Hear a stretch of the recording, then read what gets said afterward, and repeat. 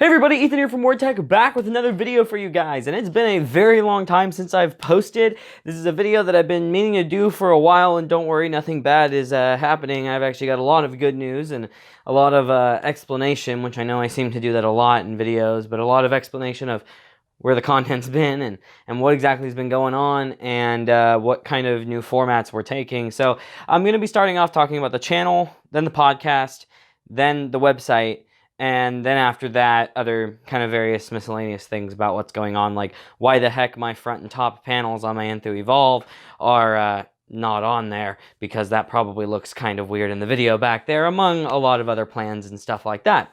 So let's start off with the channel, though. Obviously, you guys haven't seen anything on here for a while, unfortunately. No podcasts, no videos, no nothing, and it probably seems like the channel's dead, because it's been like, I think 3 weeks to a month since there's been anything on the channel. Now, there's actually some reasoning for this, and I've got a lot of good news regarding the channel that I'll talk about in just a moment, in terms of things that have happened in the background that are going to be really good to allow us to get out more content and the like.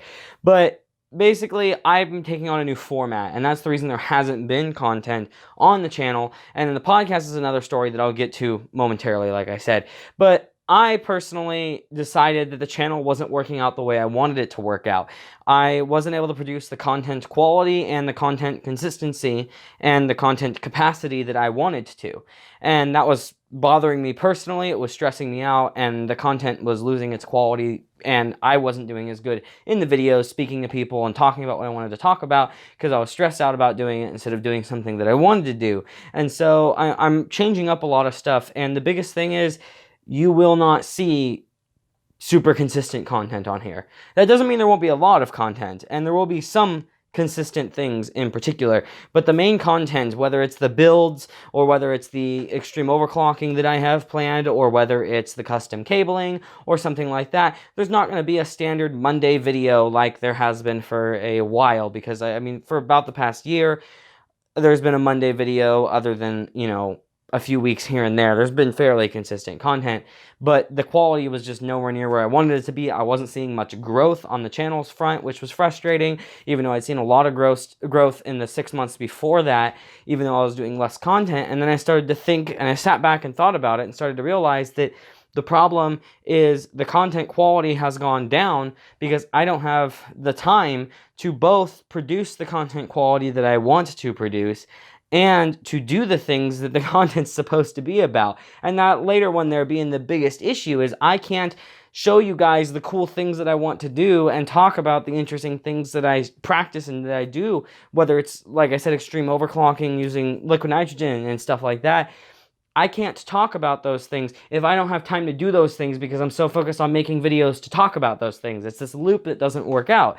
And the whole idea of this channel is to talk about the things that I love, review the things that I love and that I would like to review and enjoy reviewing, especially things like cases and stuff like that and headphones.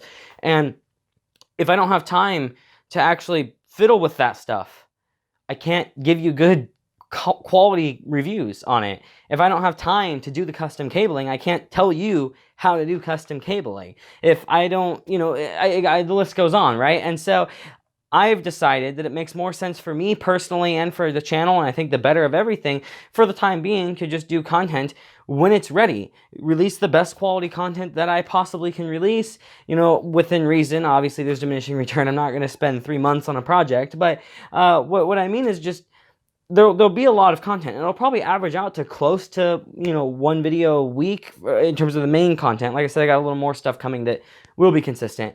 But the main content that I do that takes so much time to be put into it, that is what's going to be changing. And that's where you're going to see no consistency. I'm just going to upload the video when it's like, I feel like this is done, this is ready to go, this is the quality that I want it to be, and I think this is a better direction for the channel and the company to go. And that's just what I'm going to do.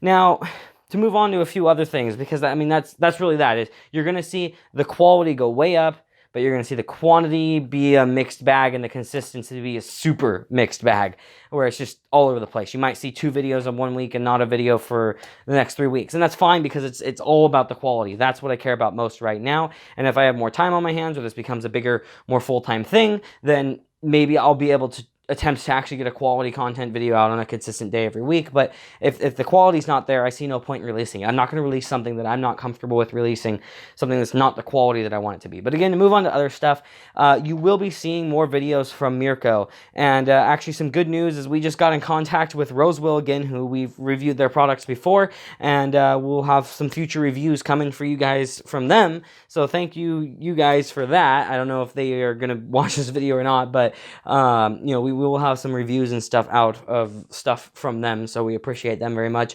And Mirko is he's going to be doing more content. He wants to. It's summer now. He's not doing school anymore. He goes to school full time, and so he's going to do more consistent content as well. But it won't be consistent again in the sense of a specific day. It'll just be whenever the quality's there. Daniel plans to be releasing some stuff. He's the one that does the podcast with me, so really excited for that. And I may have some other guests coming along that'll be doing some interesting things. I'm not entirely sure about that yet, but the three of us are going to be doing stuff, definitely. That's for sure. Now, in terms of a few other things that might be happening with this channel, I'm not entirely sure about this yet, but a weekly video that I've been wanting to do for a long time is a weekly tech news roundup. One that is generally like 15 minutes-ish, maybe 20 at most, that is a fairly good overview of a tech roundup, mostly talking about PC-related stories, right? Whether it's, the potential price or the potential collusion going on, be it price fixing going on between the memory manufacturers and stuff like that. Information like that I'd love to be able to talk to you guys about and that I enjoy making videos about. And those videos don't take the amount of work and effort and most importantly time as a full content review. So it's something that I think I could maybe do weekly for you guys. And likely what that would be is that would actually tie in with the podcast, where I'll have that video kind of be a summation of some of the big PC topics that we talk about in the podcast, and then direct people to the podcast if they want more information. We talk about it for 2+ hours on the podcast. So now that's a great jump right over to the podcast and what exactly is going to be going on with WordCast, because you guys haven't seen it in a while, and I did say that would remain consistent. Well, there's a reason it hasn't. So Daniel, my partner that does the podcast with me, he is having a schedule change at work, but he doesn't know what it is yet. And we felt it was a better idea to, instead of continuing to do the podcast on some random day, or on Wednesdays, that it wasn't working out very well because honestly we were doing it so late and on a weekday and conflicting with other podcasts, we weren't getting the viewership that we wanted to despite posting pretty consistently. And so we're going to be moving that date and or time around. We're not sure where yet though, because he has to figure out what's happening with his work schedule so that we can figure out a better time for the podcast. So that will be coming back, I promise. We love doing that. We miss doing it. It's something we enjoy doing. We sit down every week and we talk on Discord and work with articles and stuff like that to put together the doc for you guys and stuff. And so, it's something we really want to do, but it just hasn't made a lot of sense to do with the current mishmash of what's been going on, as well as we've been starting late too frequently. When we jump back into it, we want to be on time every day, and so unless there's technical issues, of course, but we've been late for other various reasons, and that's not something that we want to have consistently happen like it has been. So that will be coming back in a much better format with proper screen capture setup, better quality on time, better quality documentation on stuff. A lot's going to be changing in terms of the kind of the feel of that, although it'll still be a casual, just kind of do whatever we want podcast, of course. But that is coming back, and I want to promise you guys that will be back at some point. We've just got to figure out the schedule change. I'll make a video announcement about it, as well as, of course, talk about it in the first time that we do the podcast on the new schedule, but I just don't know what that is at this time, and I will update you guys as soon as I possibly find out, so that you guys can consistently follow and see what we're going to be doing with that. Because right now, just Wednesday, at the time where most people go to bed in my time zone, and an hour plus past when everybody else goes to bed in other time zones, is not a very good idea. It just doesn't make a lot of sense. And so, getting 10 to 12 viewers, we're getting more viewers after the podcast, which isn't an abnormal thing, but it's like, we're getting like 60 views after the podcast, but we only have like, 5 to 10 people on watching the podcast. It wasn't the interaction that we were looking for. And so we want to change the date and then consistently stick with it to try and build up that growth. A couple of interesting things that may be happening though, that should be happening, there may be a little bit of a kind of a replacement for the podcast until we get that changed up and until we get that going again live, is we're going to have some videos Daniel and I will be talking about, covering a lot of the stuff from E3 and Computex and other stuff like that, the main events that are coming up, right? Potentially some stuff on PAX, just to talk to you guys about like what's probably, you know, half an hour long videos just talking about the news that's come out, the big stories from there, and our thoughts on it. So that'll be a little bit of a replacement for the podcast until the podcast comes back. That's not something I'm 100% promising is happening, but we're in the talks about it, and we think we're going to do that because we miss doing the podcast, and that's kind of something that works for now. And a little bit almost like a pre-recorded podcast, right? It won't be live. It'll just be a video that we upload. So it won't be the same interaction, and it won't be the full 2-hour segment, of course, or anything like that. Now to talk about the website, which is something I'm actually very excited to start talking about. So we're bringing back consistent news on the website, as well as more consistent interaction in our forums, as well as we're going to be doing like live blogs and stuff like that of the big events that are coming out. And so during Computex and stuff like that, you can see during the really major stuff, like say NVIDIA has a conference, although it looks like that not much might be happening with NVIDIA at Computex, but if it does, we want to be able to do a live blog on that. So it's basically just a web page that consistently updates with information on what's going on, and it's a really good way for people to be able to do it without watching live, is you can just leave the live blog open while you're at work or while you're working on your own project or playing a game, and you see these new little blurbs pop up. And that's my preferred way to do it. I've always really enjoyed live blogs. I watch live blogs and read live blogs quite often. I think it's a better format than watching the actual event itself. So that's something that's going to be happening pretty soon here, is we're just going to have a lot of content on the site. That's something I want to do. I am trying really hard to get some other writers on board, but I'll be honest, it has been kind of hard to find writers that don't also own cryptocurrency. But that is a strong rule that we have here, is I'm not comfortable with anybody working here at WordTech owning cryptocurrency, specifically because of the conflict of interest. And if we ever, you know, right now it's obviously nothing to the market, but if we ever grow to the size of being influential to the market, I don't want that to be a thing. It's the same reason that I'm not okay with people having tech stock, tech-related stock that work at this company here, is I don't want there to be any potential influence or bias from us because we have potential financial incentive for that. So that is something that's been a little bit of a challenge, is I've probably had 8-ish different people that were totally willing to write articles, and then I'm like, well, do you own cryptocurrency or tech stock? Oh yeah, I own a bunch of Bitcoin. Oh, well, okay, well, sorry, that's not going to work out. That's the rule. Unfortunately, that's just the rule. All right, guys, so the last little bit here, I promised you guys I would talk to you about this system back here and what's been going on with that, what's happening with Project Monochrome, because this is not Project Monochrome anymore. This is my workstation, although there is a lot going on with it. So what exactly has been going on, and why are my side panels off? So I'll talk about my front and top panels, not side panels, being off first. So this is my workstation here. I've done a few upgrades to it that I'll mention as well. And if you guys aren't interested in what's going on with my personal system, now's your time to quit the video. There's not going to be any more news about the company itself. This is upcoming projects and stuff like that. Just FYI to anybody that's watching. But what's going on with that? So I have a pretty insane system over here, and I recently installed a new liquid cooler. I got the 360mm LickTech TR4 cooler for my Threadripper 1950X. Love the cooler, but the temperatures weren't exactly where I wanted them to be. And I was realizing I was really starved of airflow in this case. And I mean, we all knew that about the Evolve, the Nth Evolve from Fantex, and the ATX version and ITX version and MATX version, they all are this way, have really, really bad airflow characteristics in exchange for style. And there's a little bit of understanding there. I think they could have done a better job, and it actually looks like by a teaser that Fantex released, we might be seeing a revised Evolve that will have proper airflow. But this one here was not one of those, right? And I love this case. It's an incredible case to work in, although I might need something bigger, more on that in a moment. But I decided that I needed to get better airflow in here, and instead of going and spending $80 per panel on custom milled panels, I was like, wait a minute.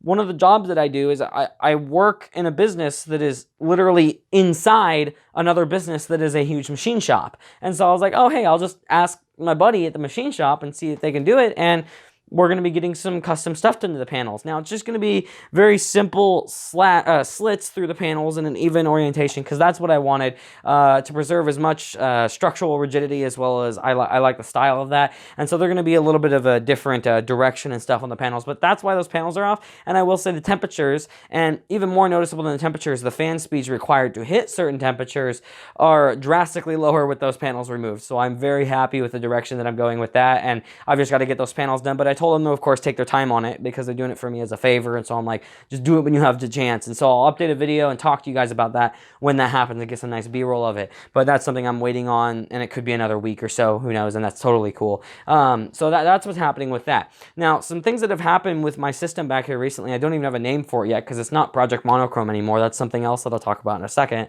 But this is my Threadripper 1950X system. I do have 64 gigabytes of RAM now instead of 32. I'll be upping to 128 as soon as I possibly can, although 64 even is still a little bit limiting because of the amount of stuff that I keep open in the background consistently. I idle close to around 20 gigabytes, and I've seen myself peak up to that 60 gigabyte mark using Adobe Premiere Pro because it is stupid RAM intensive, and it seems to be even more RAM intensive now that I'm using DNxHR instead of Cineform for editing because it's a smoother experience, but they are larger files, so I guess it makes sense that they use up more RAM.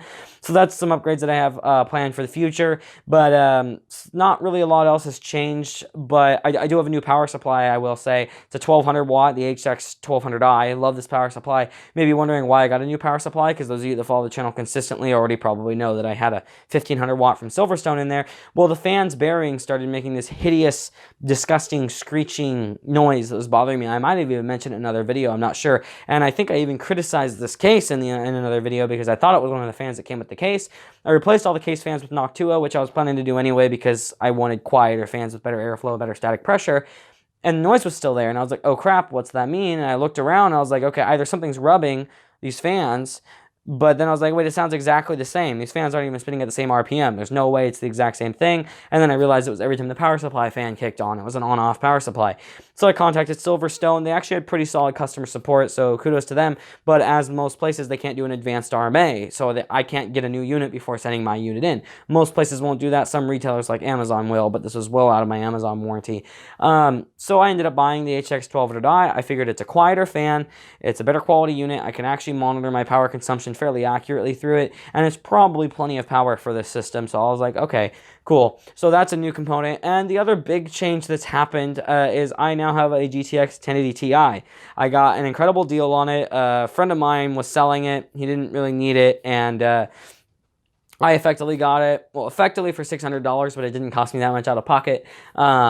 Wonderful, wonderful graphics card. I'm very, very happy with it. It is a total monster. I actually really do like the blower card style that has also lowered my CPU temps even further because I don't have the radiator having hot air pass through it. And believe me, that 1950X overclocked uses an insane amount of power and needs an insane amount of cooling. But I do plan to get another 1080 Ti, so very excited for that. That's a direction that I'm going. I'm also going to be throwing a couple 8 terabyte hard drives in here for archival footage and stuff like that. I'll be building a NAS in the future that I'll have a video on. That's going to be probably somewhere in the realm of 64 terabytes, but 8 terabytes for now is going to be pretty solid. Should get me through a while, considering that the content isn't taking up as much hard drive space right now because I'm not doing it on a super consistent basis, like I just said.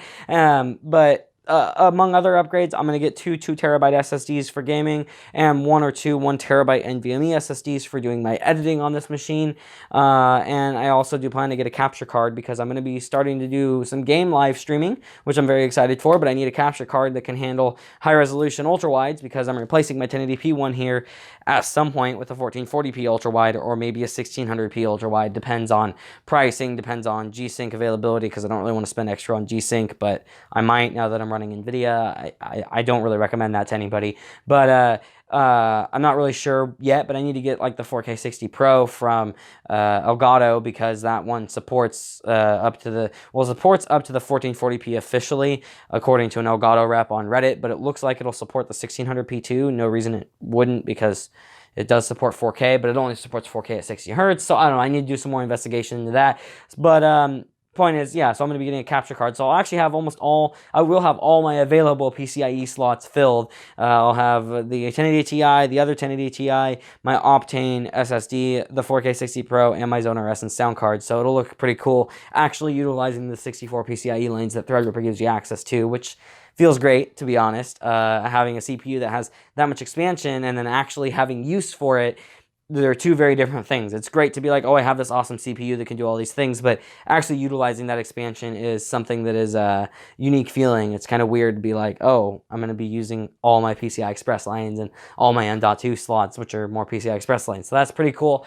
Now, among other upcoming projects that I have for you guys, not a whole lot of major things, but I'm still working on some of the cable stuff. I'll at least have an update video on how that looks for you guys. I don't know if I'm going to have another tutorial video because I went a little bit of a different direction in the way I was doing the multiple wires and soldering and stuff like that. I also do want to do some LN2 or maybe dry ice cooling with extreme overclocking on my FX 6300. I'm not sure which direction I want to go yet. Dry ice is a little easier to obtain and a little bit cheaper and a little bit safer, although LN2 is not really that dangerous. But I might go with the direction of LN2 or I might go the direction of dry ice. I haven't entirely decided on that. That's a little bit further in the future though. And I also have some other planned builds that I'll do some videos on, like my home theater PC, which I'm still getting up and running. That is actually some parts I bought off a friend of mine. It's running a 4670K, I think 8 gigs of RAM. It's just a basic HP PC. There's nothing special about it. It's like that CPU with its integrated graphics is plenty for what I'm doing. And then I'm building a dedicated transcoding / rendering and streaming PC, which will be really exciting. That'll actually help, and it won't be streaming my games. That's all going to go on this local machine here because I have no reason to use a secondary PC to stream my games when I have something like this. But to stream the podcast and other live stuff that I do over there, I wanted a dedicated stream PC, so I wasn't using my laptop, which gets pretty hot and also has issues using the NVIDIA GPU to stream for acceleration. So screen capture and stuff can be a bit finicky. Frame rates sometimes drop and stuff like that. So I'm building a dedicated streaming PC, and when it's not streaming, I can actually have that take some 4K Blu-rays 4K Blu-ray rips that I have, or I should say just 4K HDR rips that I have, and transcoding them to a more usable format for like Plex and stuff like that. So when I'm streaming them over the web, I don't do live transcoding because I'm not buying another 1950X to live transcode 4K footage for Plex. So instead, I'll just have a transcoded version that I can stream over the external network. Anyway, that's pretty much it, guys. Thank you for sticking around till the end. If you did, I really do appreciate that. I know there's probably a lot of people that left once I started talking about the more personal events and what's going on with the systems and stuff, because those will all be featured in videos anyway. But those of you that stuck around, I really appreciate it. And obviously, don't forget to like and subscribe, as well as hit that little bell icon next to the subscribe button so that you don't miss any of our content. That way you get raw notifications from us, although who knows what YouTube's doing with that. I recommend setting that up with email notifications, because then you actually won't miss anything from, unless you get loads of email. But even then, you at least get an email notification rather than a Google notification. Seems to function better, so I would use the bell icon with the email notification option. That's the direction I go for the YouTubers that I want to support. And don't forget to comment. Let me know what you guys think of the future of the channel and the direction we're going. Let me know if you're pissed at me for not having any content out, because I do want to hear what you guys think, so go right ahead. And obviously check out all the links in the video description. We've got links to our website down there, which should have consistent content on it. Maybe not right when this video goes up, but very, very close to the time. I'm hoping to work on it, actually, some right after making this video, work on doing some articles and stuff like that, but we'll see how that goes, because I've got to let this transcode and some other stuff like that. But thank you again, everybody, for watching, and I look forward to bringing you guys some new content. Have a wonderful day, and I'll see you in the next one.